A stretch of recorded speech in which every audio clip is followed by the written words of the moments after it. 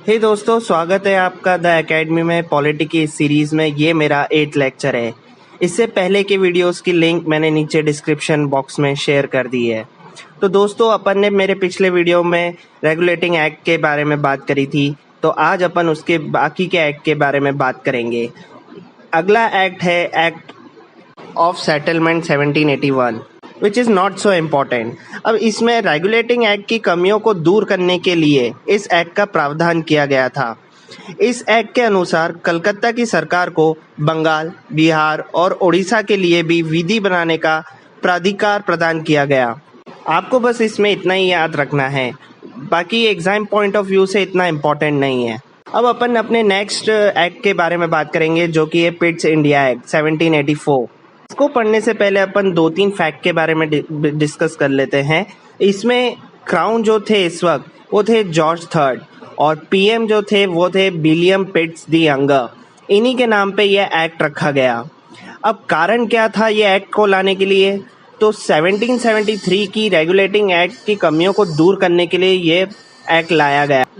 अब इस एक्ट में ईस्ट इंडिया कंपनी ने दोहरे प्रशासन का प्रारंभ किया।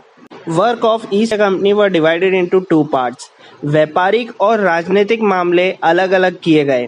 एक तरफ बोर्ड ऑफ डायरेक्टर, जिसमें लगभग 24 लोगों का समूह था, तो दूसरा बोर्ड ऑफ कंट्रोलर, ऐसे लोग जिसमें कंपनी के राजनीतिक मामले देखे जाएंगे, और ये डायरेक्ट ब्रिटिश गवर्नमेंट द्वारा अपॉइंट किए जाएंगे। इसमें 6 सदस्य थे जो कि डायरेक्ट क्राउन से नियुक्त होकर आते थे, और ये लोग अपनी रिपोर्ट ब्रिटिश संसद को दिया करते थे। बोर्ड ऑफ डायरेक्टर में इसमें शेयर धारक हुआ करते थे, जो कि केवल व्यापारिक मामले देखा करते थे।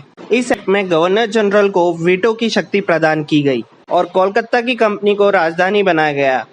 पहली बार भारत को ब्रिटिश अधिपत्य क्षेत्र कहा गया, मतलब ब्रिटिश इंडियन टेरिटरी कहा गया। अब अपन नेक्स्ट अधिनियम की बात करेंगे, जो कि है 1786 का विशेष अधिनियम। इसमें गवर्नर जनरल को प्रधान सेनापति बनाया गया। गवर्नर जनरल को परिषद के निर्णय को रद्द करने की शक्ति दी गई, और ये वही परिषद है जो कि रेगुलेटिंग एक्ट 1773 में बनाई गई थी, जिसमें 4 सदस्य थे। अब यहाँ पर एक कहानी समझना। 1776 में अमेरिका में क्रांति चल रही थी। वहाँ पर ब्रिटिश सेना को लीड कर रहे थे लॉर्ड कॉर्नवालिस, और वहाँ से ये हार कर आए थे। ब्रिटिश पार्लियामेंट ने इसको इंडिया जाने का बोला, और इंडिया जाने से पहले कॉर्नवालिस ने कुछ ब्रिटिश पार्लियामेंट के सामने कुछ शर्तें रखी, और ये सारी शर्तें ब्रिटिश पार्लियामेंट ने मान ली।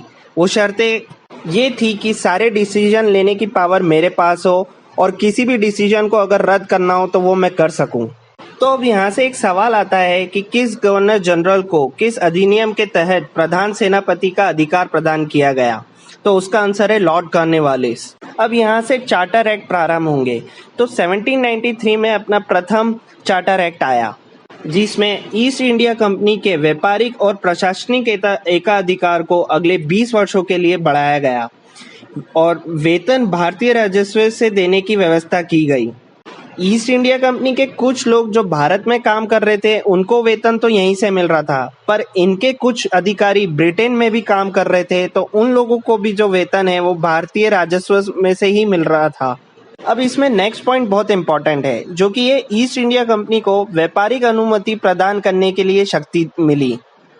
तो अभी तक केवल एक ही कंपनी की मोनोपोली थी भारत में व्यापार करने के लिए। तो 1793 के ये अधिनियम के द्वारा ब्रिटिश पार्लियामेंट ने ईस्ट इंडिया कंपनी को ये अधिकार दिया कि आप चाहो तो दूसरी किसी कंपनी को भी भारत में व्यापार करने की अनुमति दे सकते हो। तो दोस्तों, जैसा कि अपन ने आज 3 एक्ट पढ़े, बाकी के जितने भी एक्ट है वो अपन अपने नेक्स्ट वीडियो में देखेंगे। अगर आपको मेरा ये वीडियो पसंद आया तो प्लीज़ इसे लाइक करें, शेयर करें और कमेंट करें, और सब्सक्राइब करना ना भूलें। Thank you.